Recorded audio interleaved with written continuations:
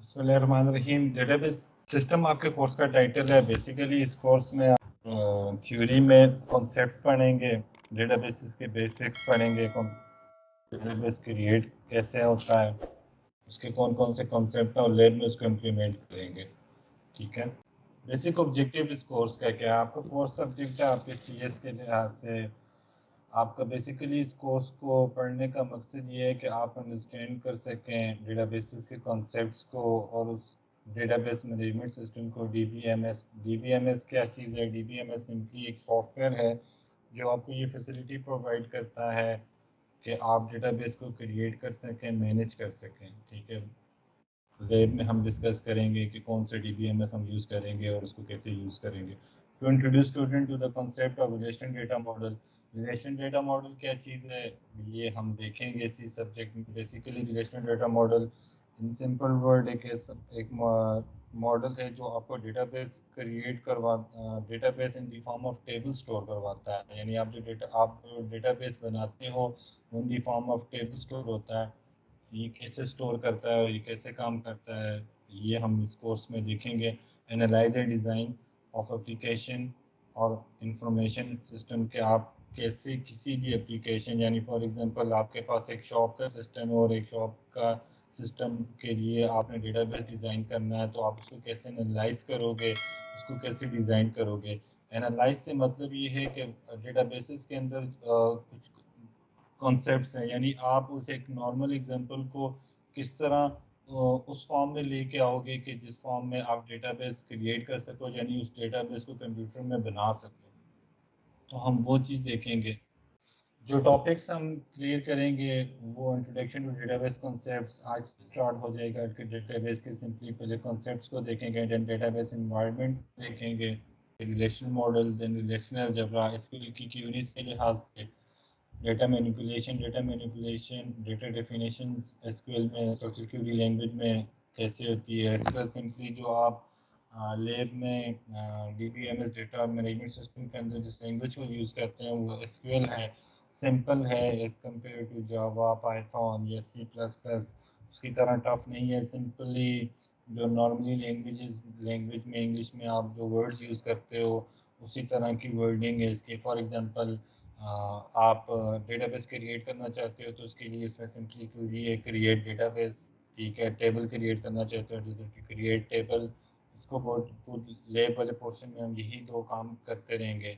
इन database planning, designing, administration के database को plan कैसे करना है, उसको डिज़ाइन कैसे करना है और एडमिनिस्ट्रेशन राइट्स के लिहाज से कैसे उस पर काम करना है। फैक्ट फाइंडिंग टेक्निक का मतलब ये है कि आपके पास जो भी सिनेरियो है, आप जिसका भी डेटाबेस बनाना चाहते हो उसमें से आपने किस चीज़ का डेटाबेस बना, कौन कौन सी इंफॉर्मेशन आपको रिक्वायर्ड है।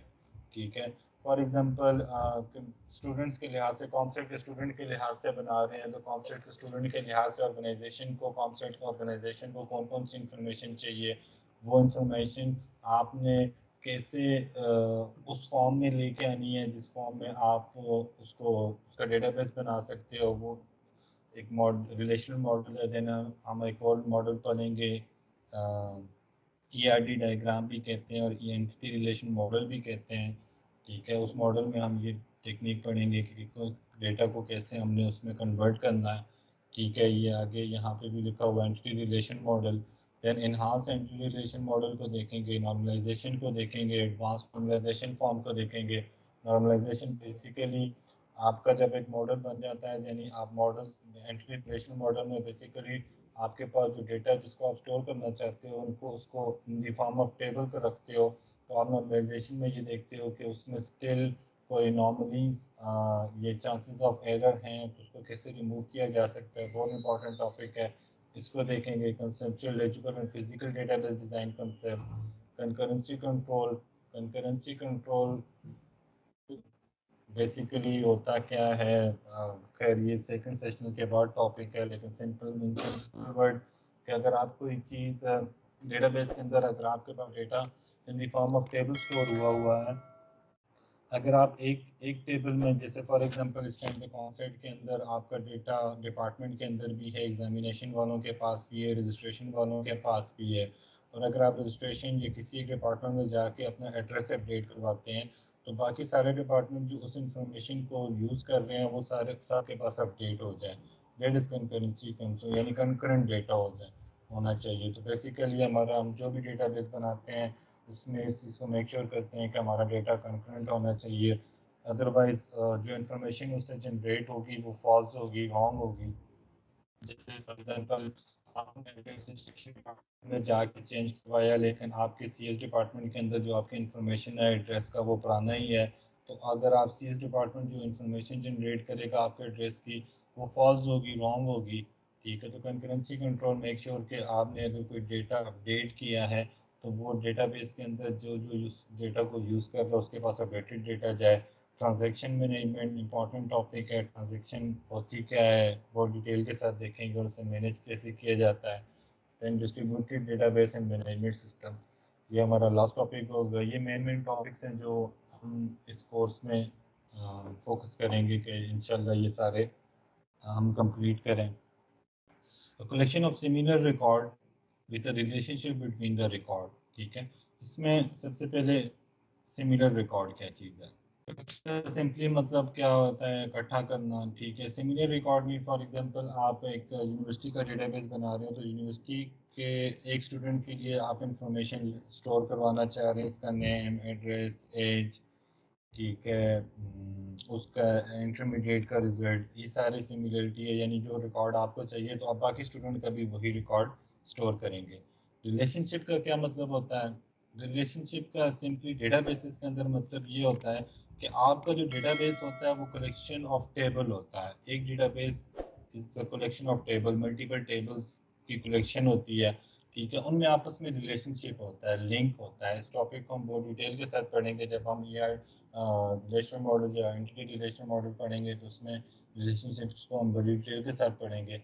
Simple in simple word relationship का ये मतलब है कि आप अभी कोई भी वेबसाइट या सीईओ ऑनलाइन पे अपना रिजल्ट प्रीवियस जो देखते हैं उसमें आप ये देखते हैं कि आपको आपने कौन सा कोर्स पढ़ा, उसका क्या रिजल्ट है, किस फैकल्टी से पढ़ा। ठीक है, वो आपको एक टेबल की फॉर्म में शो हो रहा होता है, लेकिन इन एक्चुअल वो एक टेबल से नहीं आ रहा होता, वो मल्टीपल टेबल से आ रहा होता है। यानी मल्टीपल टेबल से वो रिकॉर्ड कंबाइन होकर आपको एक टेबल की फॉर्म में शो हो रहा होता है। तो वो आप उन पीछे उन बैक एंड पे जिन टेबल से वो कंबाइन हो रहा होता है उन टेबल्स के दरमियान में रिलेशनशिप्स होते हैं। ठीक है, यानी आप इन सिंपल वर्ड आप रिलेशनशिप्स बनाते हैं उन टेबल्स के दरमियान जिनको आप कंबाइन करना चाहते हैं। ठीक है, बिटवीन रिकॉर्ड, रिकॉर्ड मीन जो आप डेटा स्टोर करना चाहते हो। तो मैं फिर रिपीट करता हूँ, the collection of similar record with the relationship between the record. ठीक है, ऐसी कलेक्शन ऑफ रिकॉर्ड जिनमें सिमिलरिटी और जिनमें आप रिकॉर्ड के आपस में रिलेशनशिप्स हो। रिलेशनशिप लाजमी होगा, यानी इट्स नॉट पॉसिबल कि कोई भी रिलेशनशिप नहीं बन रहा। ठीक है, क्योंकि अगर रिलेशनशिप नहीं बन रहा तो वो हर एक इंडिविजुअल एक टेबल की फॉर्म में होगा, तो आप उसको कंबाइन करके उस इंफॉर्मेशन को कंबाइन नहीं कर सकेंगे। Shared collection of logical related data. ठीक है, shared collection of logical related data. Logical related data क्या होता है? फॉर एग्जांपल लॉजिकल रिलेटेड में जो आपकी और आप जो भी डेटाबेस बना रहे हो, आई मीन एक शॉप मैनेजमेंट सिस्टम बना रहे हो, एक यूनिवर्सिटी मैनेजमेंट सिस्टम बना रहे हो, एक वेबसाइट बना रहे हो, आप आपकी रिक्वायरमेंट के मुताबिक जो आपको डेटा चाहिए वो लॉजिकली उसी से रिलेटेड हो। फॉर एग्जांपल, ठीक है, अब ये जो मैं जो पॉइंट समझाना चाह रहा हूँ, ठीक है, वो ये सिंपली कि ये सारा डेटा, अगर ये कहें कि ये सारा डेटा एक स्टूडेंट का है तो ये बात सही है, ये सारा डेटा एक स्टूडेंट का ही है। क्या ये डेटा आप एक कॉमसेट या एक कॉलेज या एक यूनिवर्सिटी के लिए डेटाबेस बना रहे हैं तो क्या ये उससे रिलेट करता है? तो नहीं, ये सारा डेटा उससे रिलेट नहीं कर रहा। आई मीन आपका फेवरेट कलर से कॉमसेट को कोई गर्ज नहीं है आपका फेवरेट कलर क्या है। ठीक है, आपकी हॉबीज क्या है? इससे नहीं है। ठीक है, आपके एफएससी में कितने नंबर थे? इससे है। आपका किस फील्ड में इंटरेस्ट है? इससे है। ठीक है, आपके मैट्रिक में कितने नंबर थे? इससे है। तो लॉजिकल रिलेटेड डेटा मीन जो आप जो भी डेटाबेस बना रहे हैं, जो डेटा उस डेटाबेस को बनाने के लिए जो आपको रिक्वायर्ड है सिर्फ वही आपने स्टोर करना होता है, एक्स्ट्रा डेटा नहीं स्टोर करना होता।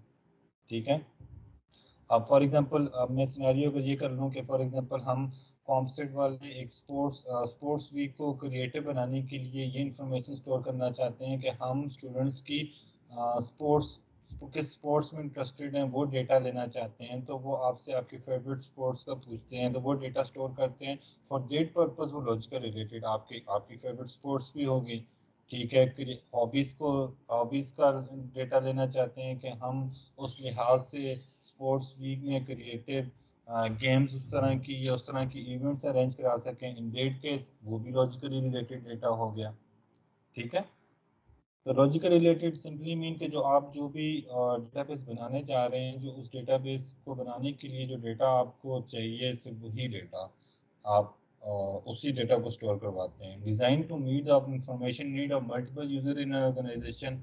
इस सेंटेंस से मतलब क्या है कि हर ऑर्गेनाइजेशन में मल्टीपल यूजर्स होते हैं। Multiple user mean for example कॉम्पसेट सिस्टम के अंदर मैं एक यूज़र हूँ, इज ए लेक्चरर, आपको कोर्स पढ़ा रहा हूँ, कोऑर्डिनेटर्स हैं, डू हैं, एचओडी हैं, डीआर एकेडमिक्स हैं, ठीक है, देन रजिस्ट्रेशन डिपार्टमेंट है, एग्जाम डिपार्टमेंट है, एचओडीज है, हर एक की रिक्वायरमेंट डिफरेंट है, ठीक है। फॉर एग्जांपल एग्जाम डिपार्टमेंट को सिर्फ ये इन्फॉर्मेशन चाहिए कि आपने कौन कौन से प्रीवियस कोर्सेज पास किए हैं और करंट कौन से कोर्स पढ़ रहे हैं, लेकिन उनका कंसर्न इससे नहीं है कि आपने इंस्टॉलमेंट करवाई, लेकिन फी सेक्शन को इससे गर्ज है, ठीक है, कि आपने कितने कोर्स पढ़ रहे हैं और आपने फी पूरी जमा करवाई है, इंस्टॉलमेंट में करवाई है, ठीक है।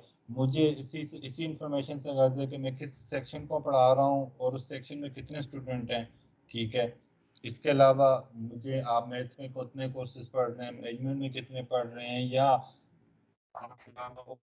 सेक्शन कौन कौन से कोर्स पढ़ रहे हैं, मुझे अपने ही कोर्स से रिलेटेड इन्फॉर्मेशन चाहिए। हर ऑर्गेनाइजेशन में डिफरेंट यूजर्स होते हैं, नॉर्मल ऑर्गेनाइजेशन मैनेजर्स होते हैं डिफरेंट, हर एक की डिफरेंट रिक्वायरमेंट होती है, तो आप हर डेटा हर एक को हर यूजर को व्यू नहीं करवाते, ठीक है। सीजी ऑनलाइन सिस्टम के स्टूडेंट भी एक यूजर हैं, आपको हर डेटा तो व्यू नहीं होता, ठीक है, आपको आपसे आपके ही रिलेटेड डेटा व्यू होता है, और उसमें भी आपको जो डेटा व्यू हो रहा होता है उसमें आपको जो एक्सेस होती है वो लिमिटेड होती है। तो हर यूज़र की रिक्वायरमेंट को मीट करता है, मीट रिक्वायरमेंट के मुताबिक उसको इंफॉर्मेशन का एक्सेस देना, ठीक है। ये बेसिकली डेटाबेस का पर्पज होता है। A shared collection of logical related data designed to meet the information need of multiple user in an organization। कि एक shared collection of logical related data होता है जो किसी भी ऑर्गेनाइजेशन में हर यूजर की रिक्वायरमेंट के मुताबिक उसको डेटा का एक्सेस दे सके। A database is a self-describing collection of integrated records। Self describing से क्या मतलब है? इन simple word self describing mean के एक ऐसी इंफॉर्मेशन जिसको देखते हुए ही आप कोई भी यूजर अंडरस्टैंड कर सके। यूजर मीन जो डेटाबेस को यूज कर रहा है, जिसके लिए आपने बनाया है, ठीक है। तो सेल्फ डिस्क्राइबिंग का मतलब है कि देखते ही इंफॉर्मेशन उसकी एक्सप्लेन हो जाए कि ये किस बारे में और ये क्या इंफॉर्मेशन शो कर रहा है। सिंपल एग्जांपल, आप किसी ऑनलाइन सिस्टम में आपको प्रीवियस रिकॉर्ड आ रहा है, उस रिकॉर्ड को देखते हुए कोई भी बंदा ये देख के बता सकता है ये स्टूडेंट एवरेज है, अबव एवरेज है, बिलो एवरेज है, ठीक है। या आप कोई भी आपने एक वेबसाइट बनाई है और उस वेबसाइट में आपने अटैक के अंदर जितने भी हाउसेज रेंट पे हैं उस इंफॉर्मेशन को स्टोर कर रहे हैं, तो उस इंफॉर्मेशन में जो आपने डेटा रखा हुआ उस डेटा को देखते हुए एक खुद वो डेटा खुद एक्सप्लेन कर रहा है यूज़र को कि ओके किस किस जगह पे हाउस है, उसका रेंट क्या है, उसके रूम क्या है। यानी इस तरह डेटा को स्टोर करना कि वो यूज़र के लिए इजीली अंडरस्टैंडेबल हो, ठीक है। इंटीग्रेटेड रिकॉर्ड का मतलब होता है इकट्ठा करना, ठीक है, यानी कलेक्शन ऑफ रिकॉर्ड, ठीक है। Database is a self describing collection of integrated record. Database एक क्या है कि कलेक्शन ऑफ रिकॉर्ड है जो सेल्फ डिस्क्राइबिंग है, यानी जिसको देखते हुए यूजर इजीली अंडरस्टैंड कर सके। Database model a particle real world in the computer in the form of data, ठीक है।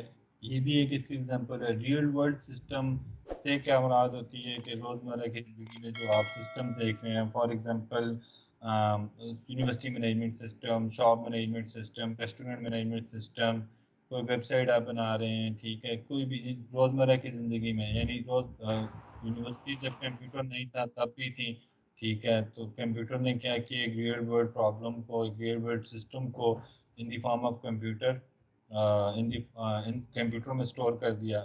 ठीक है, तो बेसिकली आप जो भी डेटाबेस बना रहे होते हैं वो रियल वर्ल्ड सिस्टम होता है, और आपने क्या करना होता है कि आपने ये प्लान करना होता है कि आप उसको कैसे कंप्यूटर के अंदर स्टोर कर सकते हैं। ठीक है, अब उसको कंप्यूटर के अंदर स्टोर करने के लिए आप डिफरेंट टेक्निक्स पढ़ते हैं, जैसे relational data model, entity relation model. ठीक है, या एंटिटी रिलेशन डायग्राम, ये डिफरेंट टेक्निक्स हैं, मॉडल्स हैं, जिनको आप यूज़ करते हुए उस डेटा को उस फॉर्म में कन्वर्ट करते हो जिस फॉर्म में आप कंप्यूटर में उसको स्टोर कर सकते हो। Need of the database technology has exploded to corporate level में आपके customer relationship management system, supply chain management system, data warehouses, इन सब में आपको डेटाबेस की ज़रूरत पड़ती है। Web, not just document, search engine, map, e commerce, blog, social networking, इन सब साइट्स की कुछ एग्जांपल्स हैं। ठीक है, इनमें आपको डेटाबेस की ज़रूरत है। साइंटिफिक में digital library, satellite imaging, physical sensor, simulation data, इस फील्ड के अंदर आपको डेटाबेस यूज़ हो रहा होता है। पर्सनली म्यूज़िक का, जैसे फॉर एग्जांपल यूट्यूब, उसके बैकएंड पे डेटाबेस है। फोटोज़ एंड वीडियो लाइब्रेरीज, इस तरह की वेबसाइट्स या एप्लीकेशन जितनी हैं उनके बैकएंड पे डेटाबेस है। ईमेल आर्ची, फाइल कंटेंट स्टोर करने के लिए जितनी भी एप्लीकेशंस हैं उनके बैकएंड पे भी डेटाबेस यूज़ हो रहा है। तो ये चंद फील्ड्स का लिखा है, इसके अलावा भी बहुत सी फील्ड्स हैं। कंसर्न ऑफ डेटाबेस डिजाइनर, कि एक डेटाबेस डिजाइनर का कंसर्न क्या है।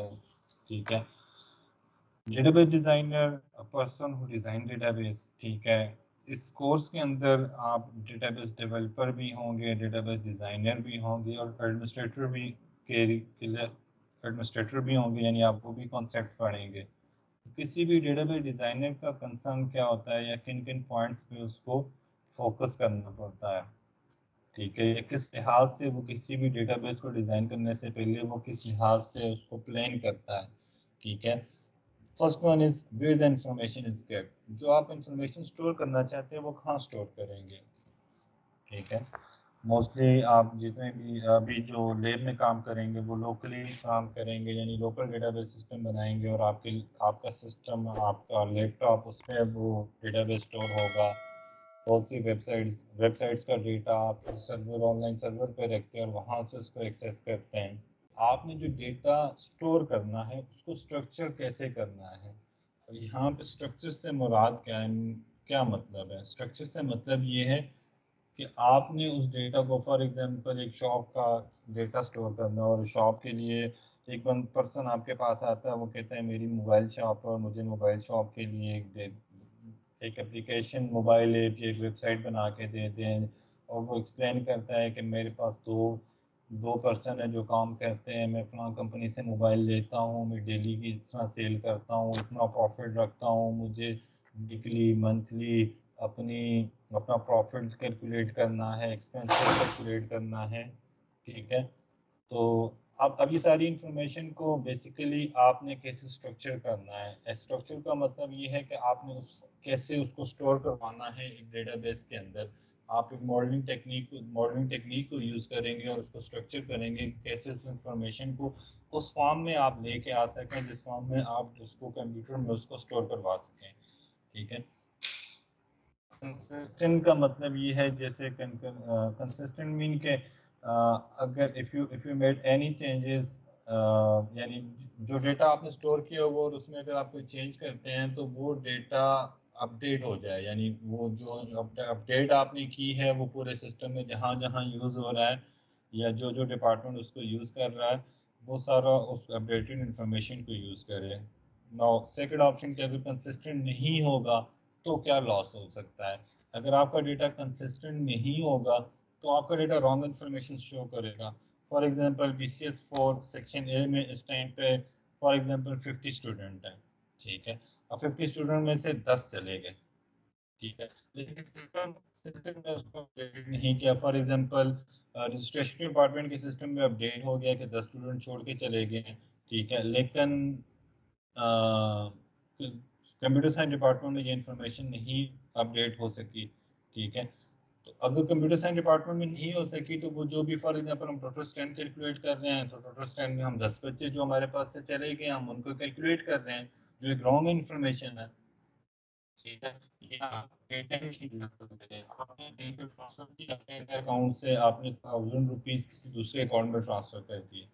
ठीक है, अब वो दूसरे के अकाउंट में ऐड भी हो जाने चाहिए, या आपने अपने दूसरे अकाउंट में किए तो आपके अकाउंट से माइनस भी हो जाए।